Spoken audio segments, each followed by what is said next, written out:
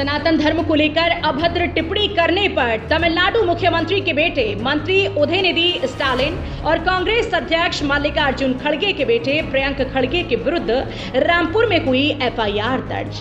वरिष्ठ अधिवक्ता हर्ष गुप्ता और राम सिंह लोधी ने रामपुर की कोतवाली सिविल लाइंस में धार्मिक भावनाएं आहत होने की कराई एफआईआर दर्ज।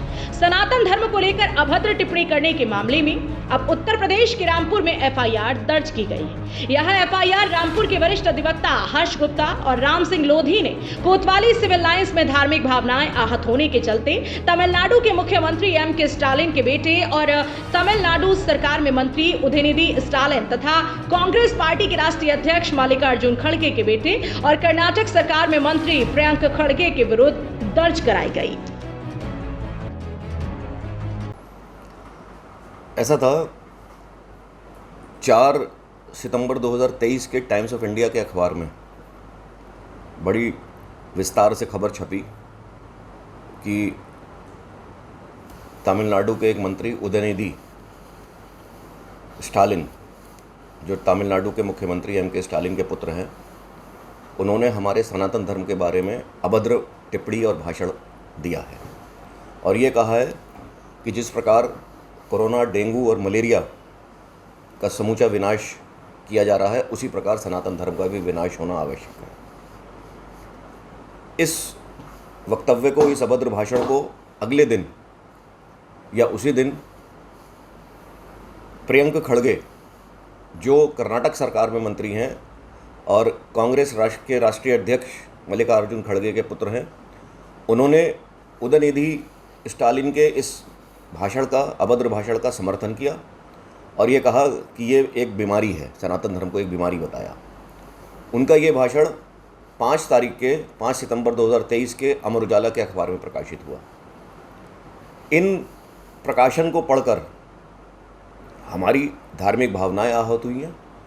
हमारा सनातन धर्म एक पुरातन धर्म है और एक अनंत धर्म है, निरंतर धर्म है, निरंतरता है उसमें, अनंतता है उसमें, जिस पर किसी भी व्यक्ति विशेष को या किसी भी धर्म के व्यक्ति को कोई टिप्पणी, अभद्र टिप्पणी करने की आवश्यकता नहीं है। सनातन धर्म किसी के ऊपर लादा नहीं जा रहा है। जो अपनी स्वेच्छा से चाहे सनातन धर्म को अडॉप्ट कर सकता है, अनुयायी बन सकता है। सनातन धर्म एक बहुत विशाल धर्म है। इस प्रकार की टिप्पणियों से, इस प्रकार की अभद्र भाषण से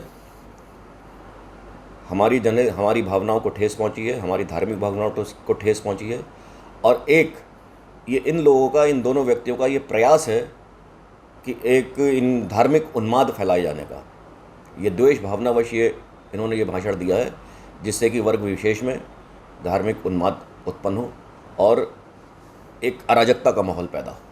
आज आपने क्या किया इसके लिए? आज मैंने और हमारे पूर्व अध्यक्ष बार एसोसिएशन रामपुर श्री राम सिंह लोधी ने एक तहरीर पुलिस अधीक्षक महोदय रामपुर को दी, जिस पर उन्होंने थाना सिविल लाइंस में मुकदमा दर्ज कराया है। किन धाराओं में मुकदमा दर्ज हुआ है? मुकदमा दर्ज हुआ है हमारा 153A और 295A IPC में। क्या कार्रवाई चाहते हैं?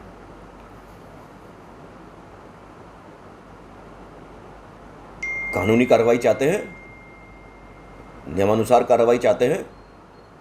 इन्होंने आरोपी जो हैं वो संवैधानिक पद पर है, उससे में जो एफआईआर हुई है उस पर कार्रवाई पुलिस किस हद तक करना चाहिए, इस पर कड़ी कार्रवाई? देखिए, उससे फ़र्क नहीं पड़ता वो संवैधानिक पद पर हों या किसी लोक सेवक के पद पर हों। उन्होंने अपने ये दायित्वों के निर्वहन के अंतर्गत उन्होंने ये अभद्र भाषा का प्रयोग नहीं किया है, बल्कि उन्होंने जानबूझकर हमारी भावनाओं को आहत पहुंचाने के लिए प्रयोग किया है, जिसकी वजह से, जिसके लिए उनको किसी भी कानून का समर्थन प्राप्त नहीं है। तो क्या ऐसे सियासियों को ये भाषण या वोट बैंक की राजनीति के लिए दी जाते हैं, क्या मानते हैं आप? देखिए, मैं राजनीतिक व्यक्ति नहीं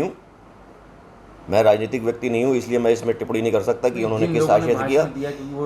वो राजनीतिक व्यक्ति ज़रूर हैं, लेकिन उनको, जितने बड़े पद पर वो आसीन हैं, उनको इस बात का ध्यान रखना चाहिए कि वो केवल अपने ही वर्ग विशेष के मंत्री या पद पर आसीन नहीं है। वो पूरी स्टेट को रिप्रेजेंट करते हैं और स्टेट में सभी प्रकार के, सभी धर्मों के व्यक्ति निवास करते हैं। आपको क्या लगता है कि उनके दिमागों में सनातन धर्म के प्रति किस तरीके की भावना?